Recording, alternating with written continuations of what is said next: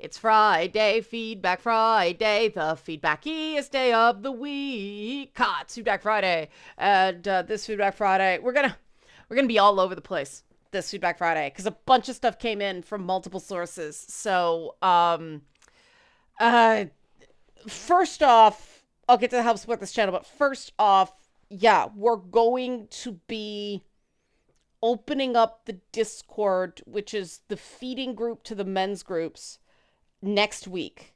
And the way that works is we've got certain people with invite privileges there. And so, in order to get invited, I want to be very careful. It's not that you need to know someone, but we do have a vetting process through those ambassadors.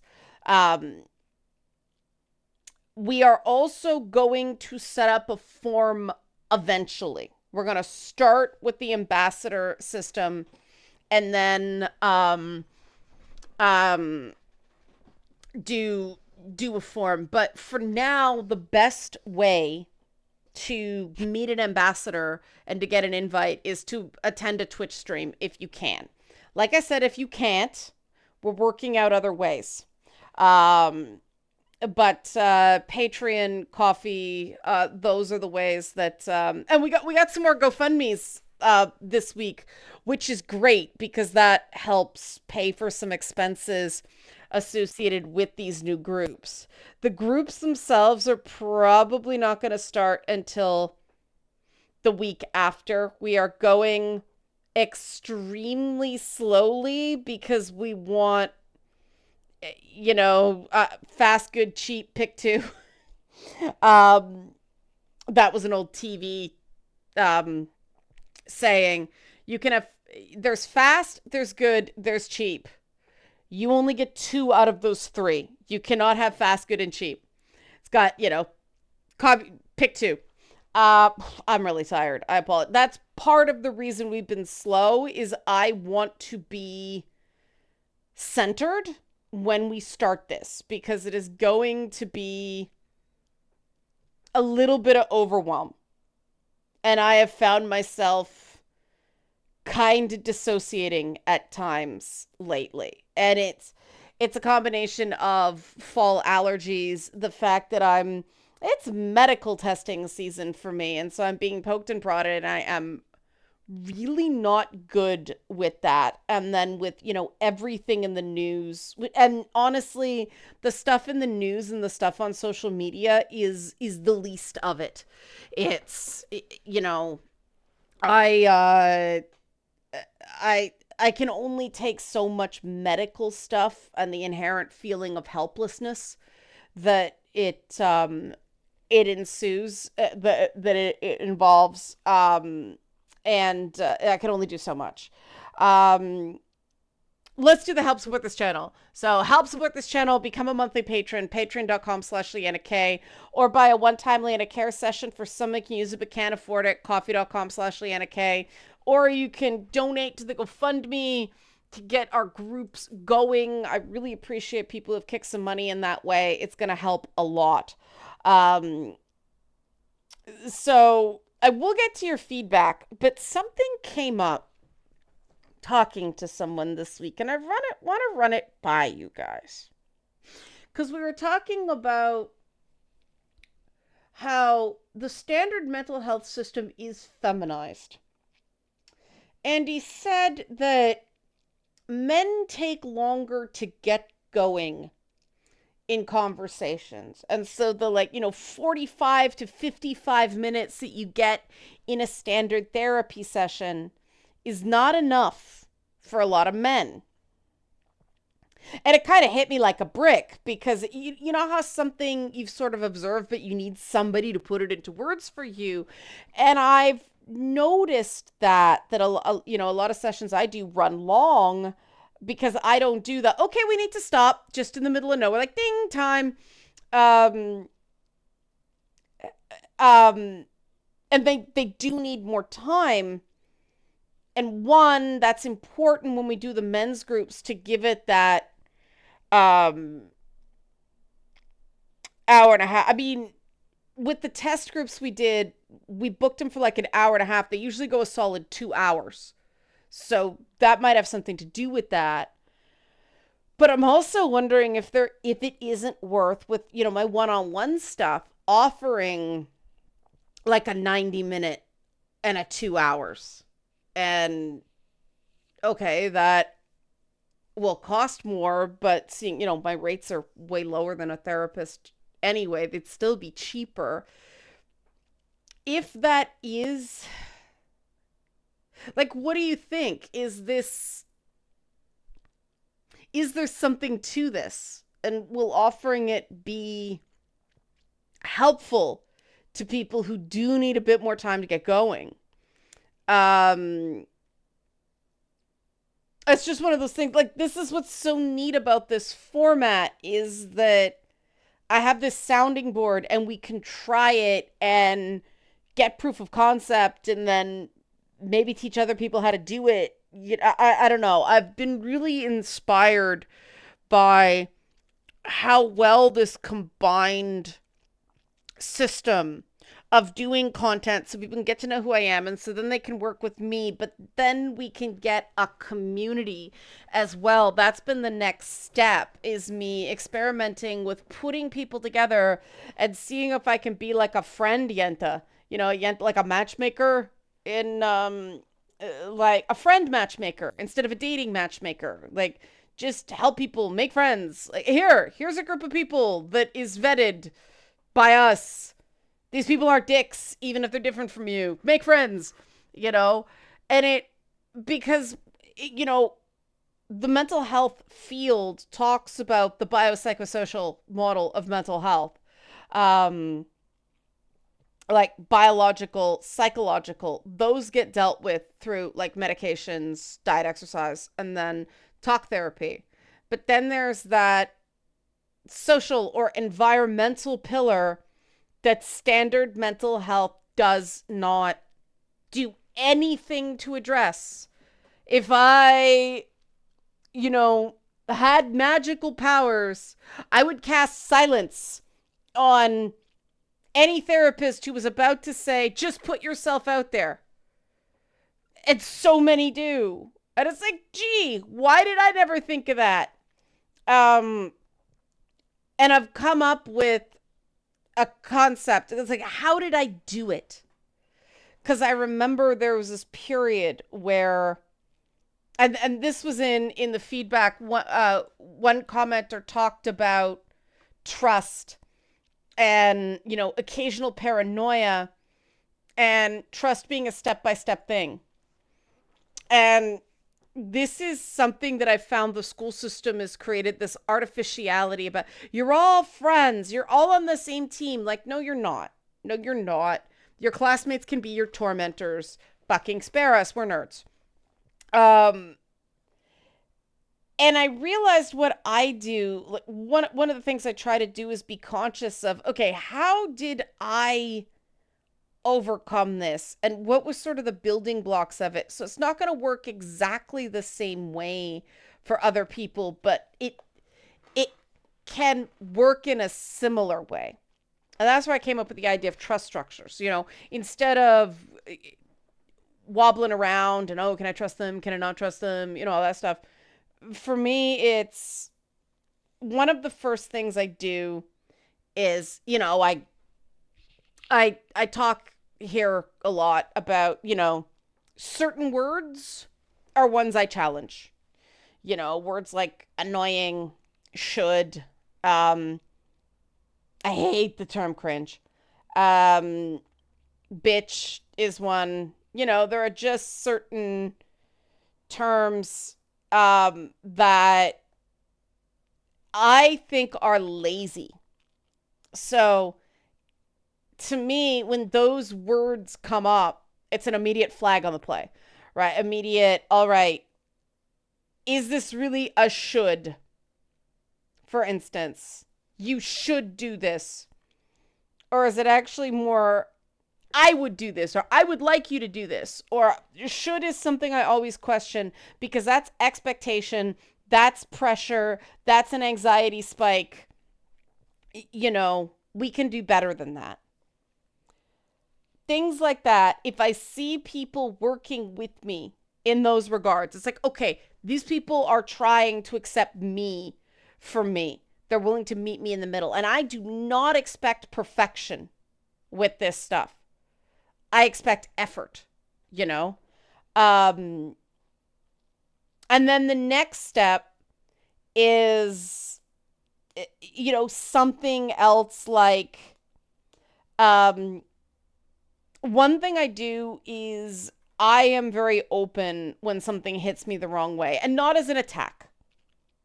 I'll just tell someone, all right, please don't do that. Please don't say that. It bothers me.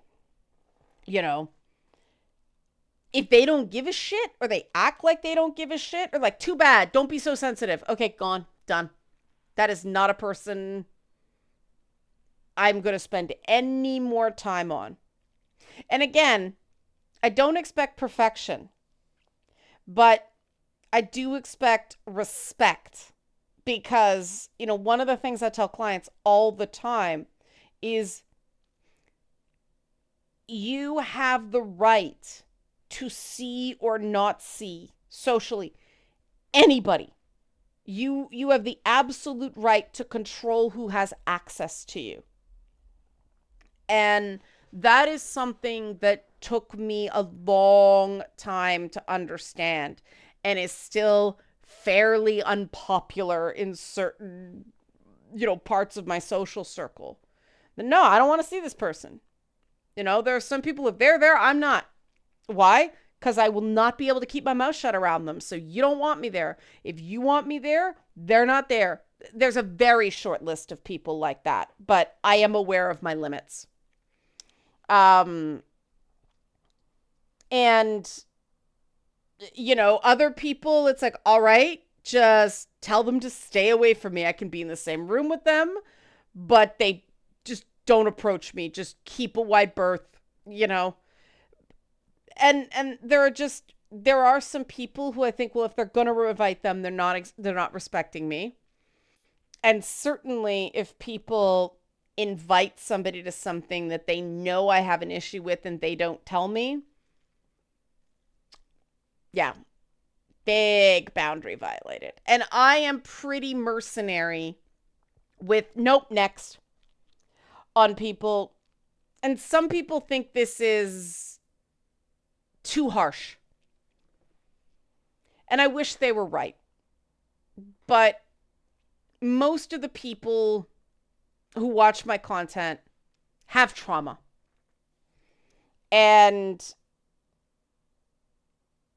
this was a very, very difficult, and my social worker, when I was in a year of trauma therapy, kept telling me, if someone isn't supporting you, if someone isn't supportive in your, you know, you making changes to heal, then they gotta go. If people aren't good for you, they gotta go. I fought it for so long.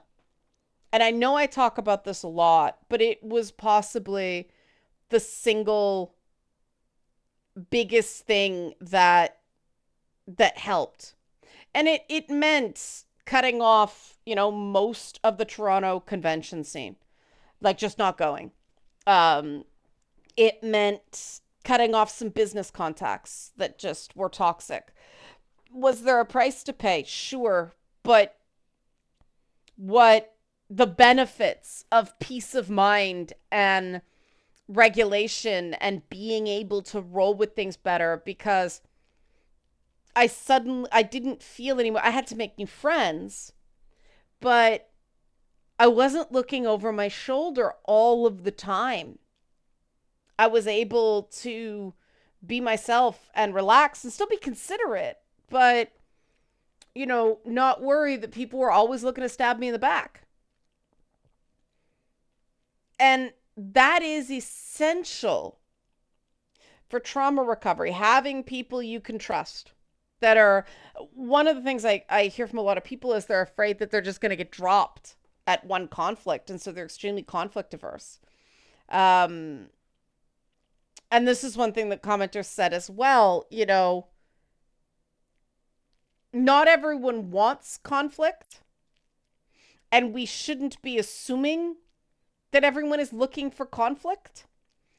Um, and that's very difficult due to the nature of sort of like online interaction and what's tolerated as normal behavior by some, online social circles. That's something we're not doing on the Discord server. That we have siphoned off the hot topics to one channel, and there are like a dozen channels of different, like we have a pet pics channel and a memes channel and a books channel and a music channel, and I want making friends, dating advice, mental health stuff.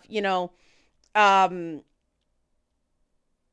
we've sectioned it off, so if you're feeling low one day and just want to look at pictures of people's adorable furballs, um you can, because that regulation, learning that you can regulate your emotional space, that's a powerful experience. That's a game changer, I think, for a lot of people, because trauma is ultimately about no longer trusting that things will stop when you need them to. That, you know, every traumatized person at one point said, "Stop, you're hurting me," and somebody didn't. Um, that is the core of it. Or it started so young that they never learned that they could say, "Stop, you're hurting me." And those are the really tough ones, because it's just a gut thing. Um, that and I do think that part of it in boys is that the toughen up school of hard knocks does start so young that the vocabulary just isn't there, and the expectations of non-violability aren't there.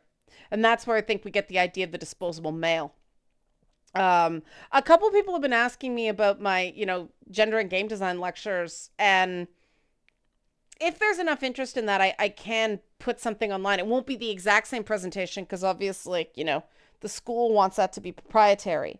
But I can do the basics, because we talk about objectification, but it tends to just be objectification, sexual objectification of women.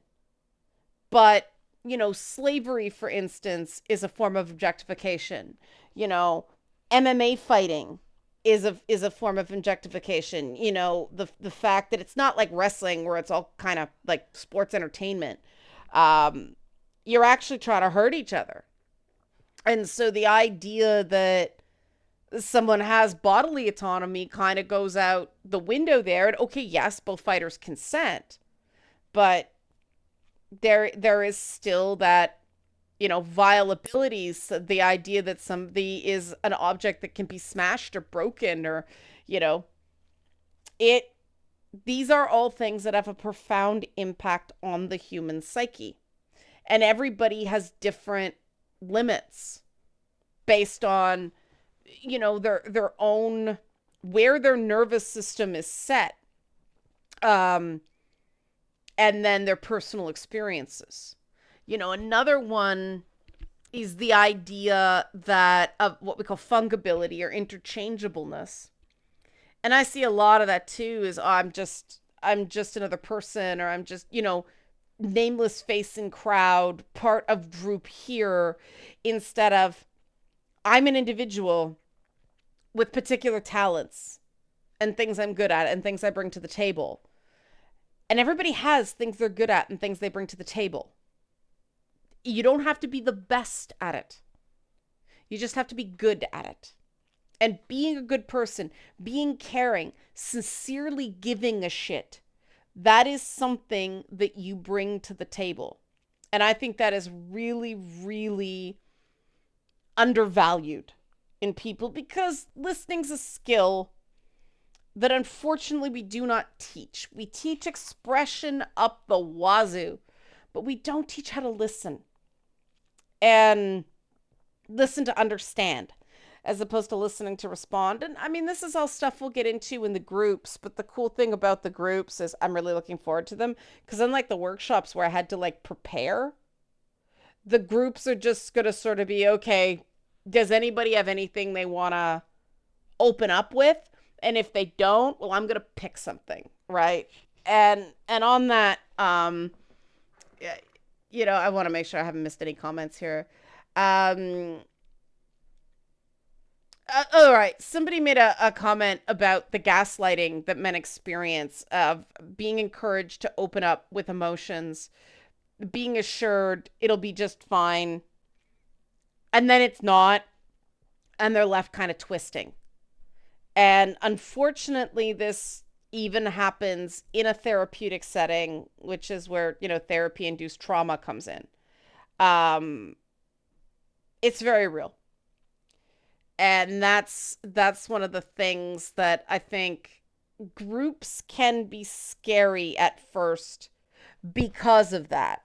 But one of the things that I work on is that nobody's going to get jumped on.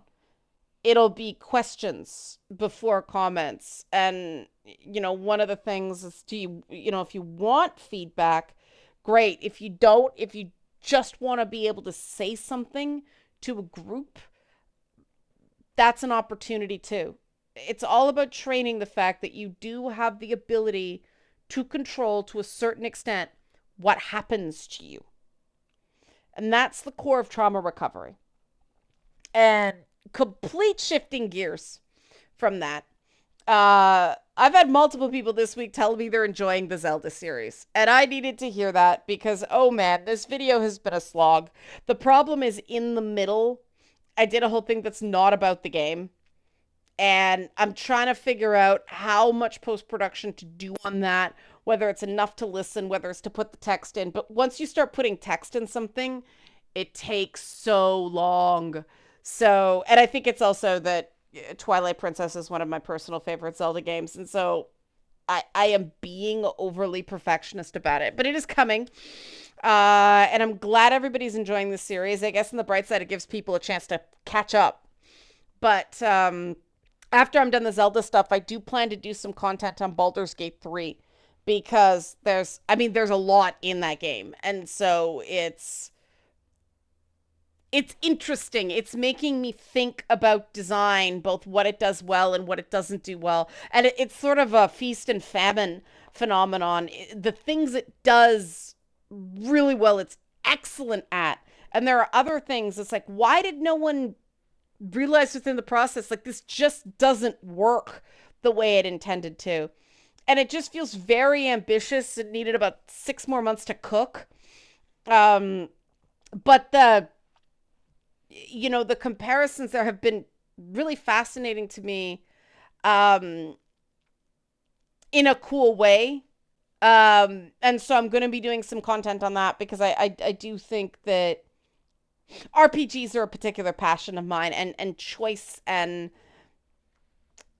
parasocial relationships in games are particular hobby horses of mine. So that'll be something I'll be getting into eventually.